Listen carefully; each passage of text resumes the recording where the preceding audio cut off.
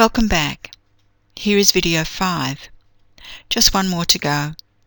I hope you are finding these presentations helpful and informative.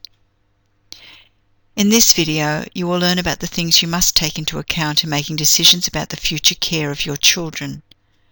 Additionally, I talk about property and financial agreements. In a mediation about children, it is important to keep the following in mind. The needs of children are the most important consideration. Unresolved conflict in your family can be harmful for your children. Children should not be made to choose between parents. Parents can and do make the best decisions for their children. In some circumstances, it may be appropriate to have the children involved in a mediation process. Whose home is home? It's important to let children know they are wanted and loved and always have a place to call home. Things to consider when discussing the children. Where the children will live. How often will each parent see the children? What will happen during the school holidays, Christmas, birthdays, etc. How will day-to-day parenting decisions such as diet, clothing or sporting interests be managed and financed? And how will long-term parenting decisions such as future schooling be made? So in considering these issues, ask yourself, what do children need emotionally? How can you communicate effectively as parents even though you are separated? How can you ensure that the children are protected from the conflict between you, their parents? Simply consider this. Children do best when parents cooperate with each other. The following only applies to mediating parenting plans, not to property settlements or financial agreements.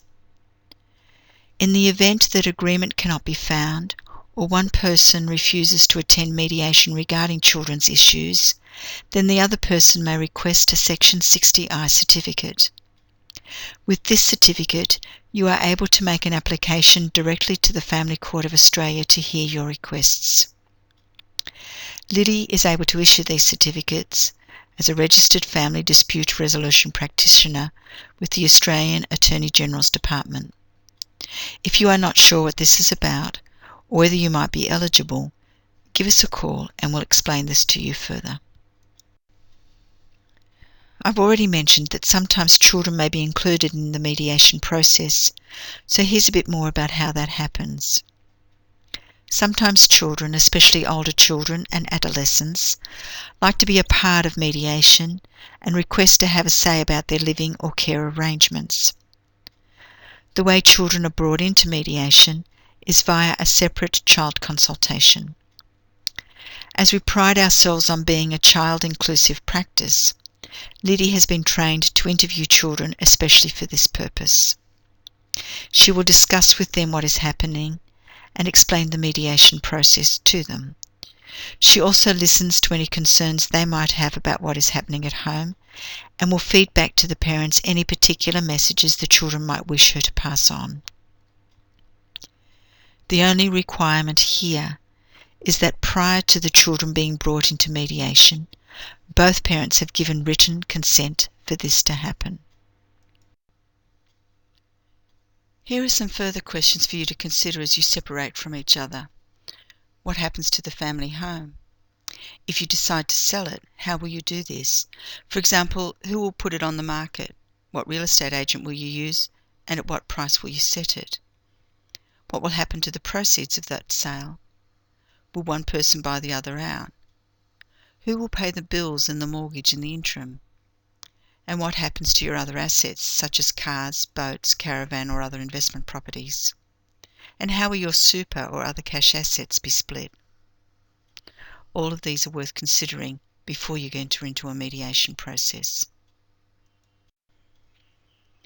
There is an expectation, as well as a legal requirement, that all financial details will be disclosed in the mediation process.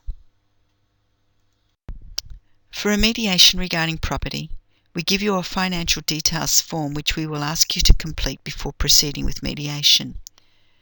We request that you complete this form and bring all relevant documents such as valuations, verifications of the assets, bank statements, etc. with you to mediation.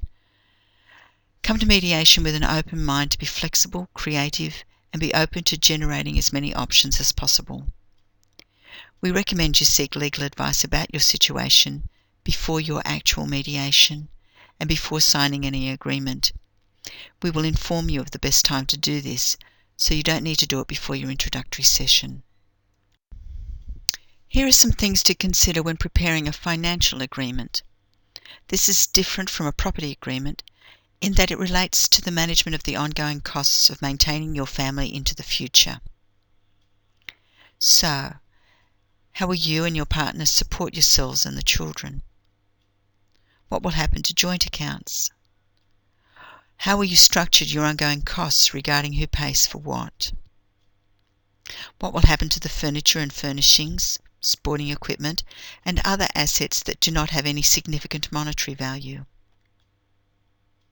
Even if you cannot make a final decision, you may be able to agree about these things at least on a temporary basis. And as well, you will need to consider what, how, and when will you tell your children, other family members and friends? What role grandparents and other family will play in their future relationship with all of you. That's it for this video. Click on video 6 to hear more about using solicitors during mediation and what happens at the end of the mediation process. Make sure you also check out our website at www.northernbeachesmediation.com.au for lots more information. And while you're there, why don't you sign up for our quarterly newsletter to be kept up to date with everything that is happening at our place.